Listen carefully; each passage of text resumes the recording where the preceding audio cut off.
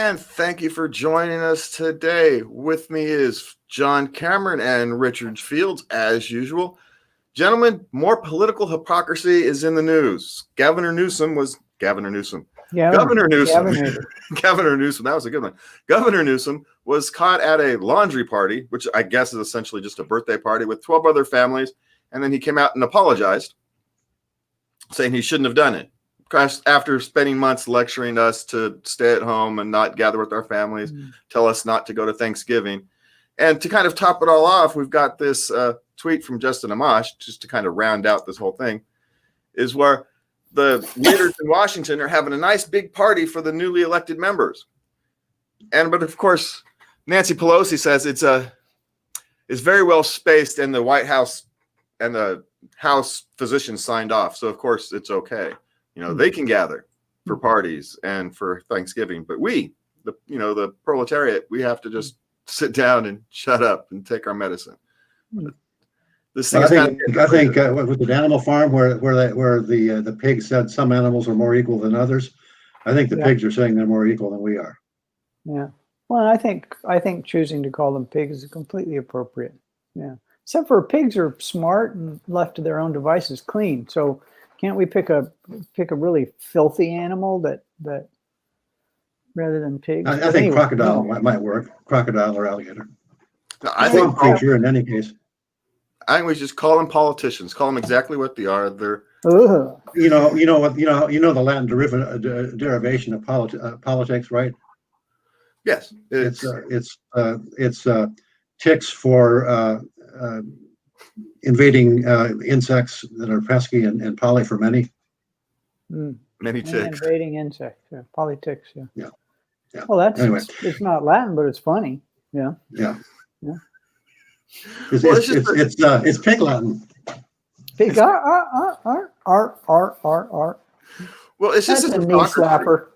I don't know if you guys. I'm just getting tired of this blatant hypocrisy from all the political sides. It doesn't. I was planning on taking a road trip to. I have a farm up in Oregon. I was planning on taking a road trip to Oregon this week, leaving on Monday, coming back a week later, and had the Airbnb rented, had all the plans made. Family was going to join me. And then they come down with this new order, not an order, it's an advisory. Do what we think you should do. We're not going to put you in jail if you don't do it, but we strongly recommend that you quarantine for 2 weeks after you return from traveling out of state, yada, yada, yada. And Oregon's doing exactly the same thing. So my renter in Oregon would have the same conundrum that I would have. So we had to cancel the trip and forfeit, I think, half the Airbnb rental payment. It's we have to put up with all this nonsense while the politicians party on as usual, and take more space to party, which also comes at taxpayer expense, no doubt. Well, they increased the airflow. They just talked more. Is that what you're saying? Well, I think wind. It's wind. Yeah, they're windy. No, but the hypocrisy is crazy, and what makes it even worse is that there's no science behind any of this stuff. It's like for the trillions of dollars that have been spent. We're going to talk about some other non-science based stuff a little bit later, but the capricious and arbitrary nature of the rules. Who's decided that a restaurant is you're more likely to get ill in a restaurant than you are in a nail salon? Apparently. Yeah, who knows? Nobody knows. We have an infectious disease. People are going to catch it. The only way it will ever go away is when enough people catch it and survive it, so that the virus has no place left to go. Just like every other coronavirus we've ever experienced, from the swine flu to the Hong Kong flu to ordinary flu to the common cold. It'll be here until there's no place else for it to go, and then it'll mutate into something else and come back again. That's just the way life and death goes on. The amount of masks that are being worn, the amount of social distancing that's being done, will have effect at the margins as to how fast this virus can spread, but it will not prevent it. The best example is, well, one example, of course, is Sweden, and another one is Taiwan. Taiwan has less than I think 500 or 600 cases total. They've got about a 1%, a little over 1% death rate, just like everywhere else where the measurements are being done. Honestly, it's about a 1% killer, and most of those 80% of the 1% that are killed are, people that are going to die in 6 months anyway because they've got a comorbidity. And Taiwan had no lockdown, none. They had some restrictions on the number of people that came in from Wuhan early on, and some border checks as far as. But that's the extent of the lockdown. No internal lockdown whatsoever. They wear masks as kind of a protection against air pollution, just as a matter of course. So masks may or may not have an effect. Social distancing probably has some effect, but again, at the margins. And the lockdowns have none. The lockdowns are simply a way to kill the economy while you're killing the people's health at the same time, or supposedly saving people's health, at least postponing the inevitable. Yeah.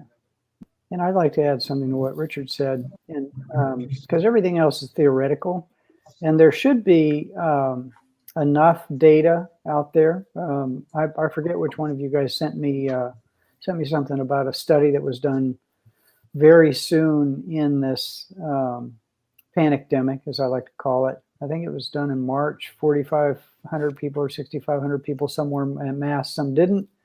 And the study lasted about 6 weeks. It's done, and that smallest study, you could massage the data and post to a peer-reviewed panel in a couple of weeks. And one of the people that did the study was asked why the results weren't published, and they said, well, we can't find any place brave enough to publish it.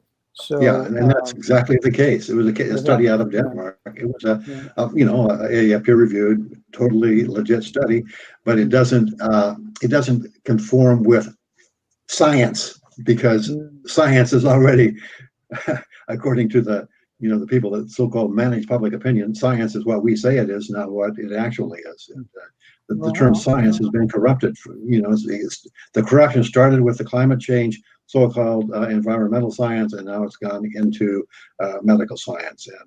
And anybody that wants to shut down the opposition just starts yelling science, and that's supposed to shut the conversation down. And unfortunately, it quite often does.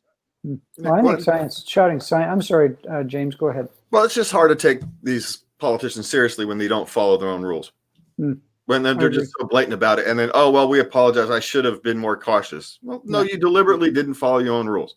And you're sitting there telling us, literally putting people's lives, putting people's businesses out of work, putting people's lives, destroying people's livelihoods, completely uprooting our culture.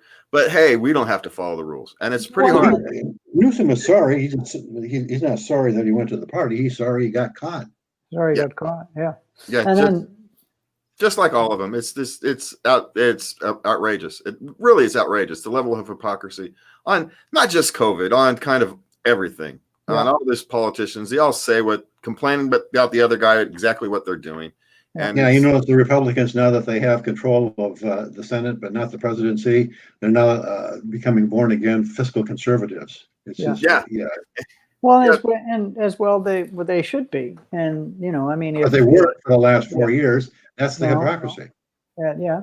Well, I want to talk about some science, and I'm not a big fan of WHO, not the rock group. I love the rock group, but the World Health Organization, and they've come out. The World Bank, which I also despise, and the World Health Organization, which runs a close second to them. World Bank said that how we're dealing with the panicdemic, they call it a pandemic, has pushed 150 million people into the worst form of poverty, and that's science. You can observe people starving to death and watching, any income that they had, the $1.98 a day or below, which defines the worst form of poverty, happen, and millions of those are going to die, way more than will ever die from the coronavirus. And then World Health Organization flat out said that lockdowns they're a temporary solution at best, not a long-term solution. And Fauci, who's third on my list of people I don't like, probably. I read a long list of people I don't like, and he's on it as well, said that we don't need lockdowns. You just maintain social distancing and a little bit of common sense and wear masks, and you'll be fine. But we're doing it. So, and it's the capricious and arbitrary nature of it really has me worried, because we're basically being ruled by dictators who are assuming power that they don't legally have, and issuing dictates that aren't based on anything but the latest whispering in their ear from people in their power structure. But the consequences are real. The debt that our great-great-grandchildren and it's being sold with real. a Nazi tactic, which is the big lie. Repeat something often enough, and eventually everybody will believe it. The big lie is that this pandemic is going to kill everybody. That's the big lie. It's going to kill 99% of the people who get it. Not everybody's going to get it. So it's worse than the flu, but not that much worse. Well, and then that there's genetics involved. What annoys me, or what scares me, is the thought control here, because there should be enough data out there. I mean, Kaiser alone, Dignity Health alone, probably even Sutter probably has enough case experience, and the National Health Service in England certainly does. They have enough case experience to run the numbers and run good statistical analysis and tell you exactly who's at risk. They can do it by blood type. Well, it's been done, and the people that are at risk are old people like you and me. Yeah, well, I'm older, and it's not just there. It's not. I don't think age in and of itself, although it's being called a comorbidity, is actually a comorbidity, because typically when people reach a certain age, they have a number of comorbidities. But there's again some outliers. Healthy people who are aged or not sailing through this. Many of them are sailing through it. They'll get it as if it's the flu, and they'll live through it. If they're diabetic, if they're obese, if they carry the sickle cell trait, if they have atherosclerosis, there's a number of comorbidities, and apparently the biggest one is obesity, which is I'm shocked that the numbers aren't much higher in the U.S. and diabetes is, I think, second. So we protect those people and kids who don't get sick, or if they get sick, they don't die. And young people, let them live their lives. Protect us old people. Give us some N95s to wear, and let us make an informed choice about what we want to do. So rather than what I love to talk about when I talk about government is one size fits none, and that's the last thing I can say, and we can move on. Then we've got a great thing to move on to you with. I just want to say, before we drop this coronavirus, the second largest county in Wisconsin has reported a 100% increase in suicides, and so there are other human costs other than just corona deaths that this response to coronavirus has caused, and I think we need to be more aware of that. But as we move on, Joe Biden has a plan for a national supply commander there, John. This one is going to make you happy. You've got talking about you're the military guy, the ex-paratrooper. You should be happy to hear that we have a president that is going to have a supply commander. Well, I see the only problem with that is and I love reading Reason articles. I don't know who sent me that to look at, but we have and Richard can talk about the politics and the supply and demand associated with medicine in this country better than I can. Well, we've thrown out these numbers over and over again. The reason medicine is so expensive in this country is that it's basically prepaid health care. There is no competition. People are regulated to go to one vendor that belongs to one union. You can't have any competition in it. There is no price competition.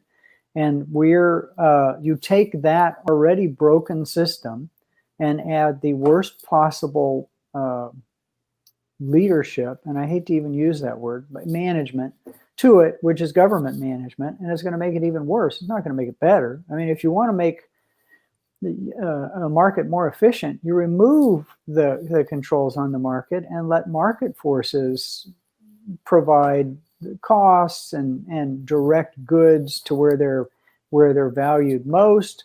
because every time this has ever been done in history, it works out. And then you look at the opposite thing, which is, let's just use one example: the collectivization of farms in the Ukraine in the 30s.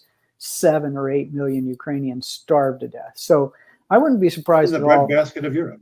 In the breadbasket of Central Asia or Eastern Europe, and I wouldn't be surprised at all if they are stupid enough to put in a supply chain commander, if that mortality rate doesn't move from 1% to 10%. I want some scientific evidence that the government can actually do this job. Well, there's science. Where's the evidence? Where's the historical evidence that they actually have the competence to do this job? There is no example one of my favorite examples is what's an elephant? It's a mouse built to government specs. So we're going to get killed on this, man. We really are. Well, literally, we might literally get killed by this. It's this notion that we. Yeah, John, it's this notion. We've got this notion that we need this centralized control. In order to manage this thing, we have to have these smaller and smaller groups of people managing these complex problems. It's essentially an oligarchy. If you want to really get down to it, you've got this group of people who want an oligarchy. They want to be ruled by a small group of people, so-called experts, who look at the science. But of course, it's only a narrow version of science. It's not really a holistic version of science. And then make decisions based upon what they think the world should look like in 10, 20, 30 years, not what kind of average people decide the world will look like in 10, 20, 30 years by their own actions. It's kind of absurd if you kind of think about it too much, but no, it's absurd if you think about it at all. Not too much. It's absurd if you think about it at all. And we go back to kind of a central theme on this. There's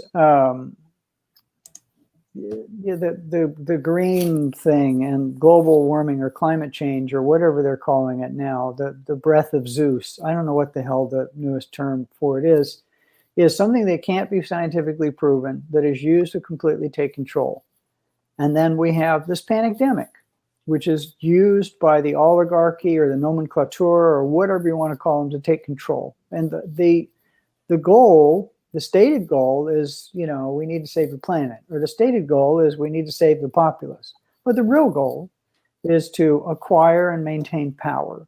And once a government organization gets power, it never gives it up unless it's forced to. I mean, history has shown that there are no examples of government saying, okay, we've solved that problem. Here's your freedom back. It just doesn't happen. So, we're triply screwed here. But the supply commander, that really, and if this position does happen, and if it gets past Congress, or would it have to be? Can President Harris do it? Can she do it just by fiat? Can she just create this, or should she get congressional approval? They'll try. They do everything else by fiat these days. So And fiat's a bad car. Yeah. Yes. Anyway, break down all the time. Imagine I think we probably beat this one to death. But it'll be ludicrous, and I can guarantee you it won't be someone who has experience in the private sector in creating efficiencies. It will be someone with a history, a deep history of government, whatever, incompetence, that will have a track record of creating inefficiencies. I will guarantee that. Yeah, they won't hire the guy who runs FedEx. That's for sure. It won't be somebody from Walmart. I'll guarantee that. Yeah. You want to talk about supply chain? Those are the people you need to hire. Amazon, Bezos, maybe put him in charge. Well, he's a big. They've got a lot of candidates at the post office right now, or the driver, or the. Okay. Yeah. All right. Well, we beat this. We'll talk about beating a dead horse. We'll kind of move on. Dutch Bank has issued a statement saying that remote workers should pay a privilege of using their homes as an office, and they want to tax them for the privilege of working out of your house. Because Deutsche Bank is a private bank. I don't know what a private bank is doing, advocating for higher taxes. Maybe that's the way they do it in Germany. I don't really know. But the whole idea that you have to pay a tax for working from home, that's about as lame an excuse as I can think of for increasing taxes. Of course, governments always want to increase taxes. Deutsche Bank may want to decrease the amount of money that it pays its employees by forcing them to come to the office. I'm not sure what's going on there as far as their motivation, but the idea of taxing people differentially upon based on where they work is a hope, a non-starter. But who knows? Well, and I think it here in the States, and I don't remember the tax law when I was self-employed. Well, when I had officially had my own business, I worked from home, so part of my internet was a business expense. My cell phone, computers, supplies, mailing expenses, all the rest of that stuff. I was buying health insurance and on and on and on. I could declare that as an expense and actually reduce my taxes. And I don't think that applies to people who are being forced to work from home. Some people are choosing to work from home, but for most of those people, their expenses have actually, other than commuting expensive, have in many cases gone up because they're having to pay for schooling. They've needed a more robust system at home. They've had to acquire office furniture or create an ergonomic environment. If they were on their own, their apartment was cooled or unheated or uncooled during the day. Now they have to keep it livable. So on and on and on. So their expenses in many cases have gone up. Some have gone down, but that's beside the point. I think one of the articles I looked at said that what has happened is that all the infrastructure, and they want to use this for infrastructure. Suppose they take this for this and then pay the lower echelon people who are forced to still work, service people, if they have any jobs left, a stipend out of the money they're taxing from people who are lucky enough to have a job and working from home. I have a much and it's always the infrastructure. It's always the infrastructure we're trying. It's always to fund the roads. It's not about roads. Roads are less than 2 or 3% of the federal budget, and even the state budget, not a big chunk of it. The money is going to fund all of the vote purchasing programs, and I'm talking about Social Security, Medicare, and the military-industrial complex. That's what the money is being spent on. Those three items are well over 70-80% of the federal budget. Yeah, if all the politicians actually spent the money they said they were spending on roads, education, police, fire, we'd have the world's greatest police, fire, and roads ever. But that's not especially in California. And we all know that's not where the money goes. They just want the money for their grifters and all the various ways they pay off the people who invest in candidates. And it's no different in Germany than it is here. Large donors it's an investment. When you invest $600,000 in a political candidate, that's an investment. Mm-hmm. It's not a donation. That's an investment. A couple $100 is a donation. $1,000 is an investment. And that's the lesson I learned running for office is, big money donors, that money is not for nothing. And so that money is not for nothing. And so all this talk about tax money, they want to spend it to give back to all the people who get them into office.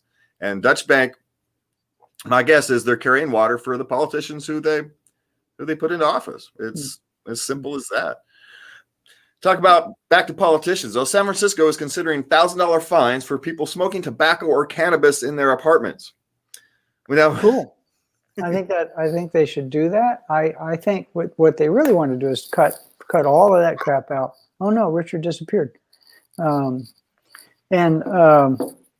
Richard go? He dropped off. We'll put him back in. We'll have to take care of this. Yeah, we'll have to manage on our own the end of this, John. I don't think we can because Richard usually does all the I guess I do most of the talking sometimes. But what they need to do is cut to the chase, and instead of just fining people for smoking pot or smoking in their homes, fine them for thinking for themselves. And then anybody who toes the line and sits in a vegetative state watching propaganda come out of the boob box all day receives no fines. But anybody who voices an opinion other than towing the line of the nomenclature of the state, just fine them. But the problem about, we talked about science. There is no scientific evidence from any good study that shows that secondhand smoke is a danger to anybody. They said that when people quit smoking in common areas outdoor, that the number of cancer and heart attacks and strokes will plummet. And they said it did, but no study has proven that. The idea that this smoke somehow mysteriously seeps through walls and attacks infants in their cribs and dooms them to a life of Richard's screen froze. I don't know, man. Maybe the Big Brother reached out and finally froze them out completely, not just out of Twitter and Facebook and all the rest of that. Yeah, well, So it's bad science, and just an excuse for. I listen to the radio, and what's disgusting to me is many of the commercials I hear are from these government agencies spending my tax dollars to give me a message to do something that makes no scientific or medical sense. And it's just pissing me off. That's not what I pay those people to do. I pay them to, keep me from being robbed. I shouldn't even have to pay them I'm going off. I shouldn't even have to pay them for taxes for the streets. Well, private roads work perfectly well for thousands of years. Toll roads work perfectly here and now. Put the little box in the car. You use the road. You pay for it. You don't use the road. You don't pay for it. Done. We don't need all these crazy levels of government control. Okay, I'm done. Yeah, I don't necessarily mind the roads, but I do mind this. Back to hypocrisy again. In San Francisco, you can literally poop on the street and it's perfectly fine. But you light up a joint in your own apartment, and you're facing $1,000 fine. It's just, where do these people come up with these things? Well, I got to take a dump. I think I'll drive to San Francisco and crap on the street. I mean, that might be a good thing to do. In Oregon, what did they do? In Oregon, they've legalized cocaine, but they've made straws illegal. It's. Well, how are you going to snort cocaine without straws? I don't know about that stuff, John, but I'm just saying you got a bunch of people laughing at this because it makes no sense. No, I mean, I absolutely agree. None of it makes sense. And that's why, the whole Kafkaornia, especially, I think California is just ludicrous. I mean, people in the rest of the country laugh at it, and they talk about popular vote and presidency. And one little fact is, if it wasn't for all the Looney Tunes people in California and New York voting that way, every single Republican candidate who's ever run for major office for president in this country would have actually won. So you really have two states that are electing, basically, that are doing this popular vote thing. So, and we're out of time, John. It's crazy. All right, well, good. And we're crazy, and we're out of time. Thank you all for joining us. And you can visit us at libertariancounterpoint.com. You can catch us at Anchor FM and all various podcast networks. And thank you for your time. And please remember to love everybody. I think I shall. I've been focusing on that more. I do a little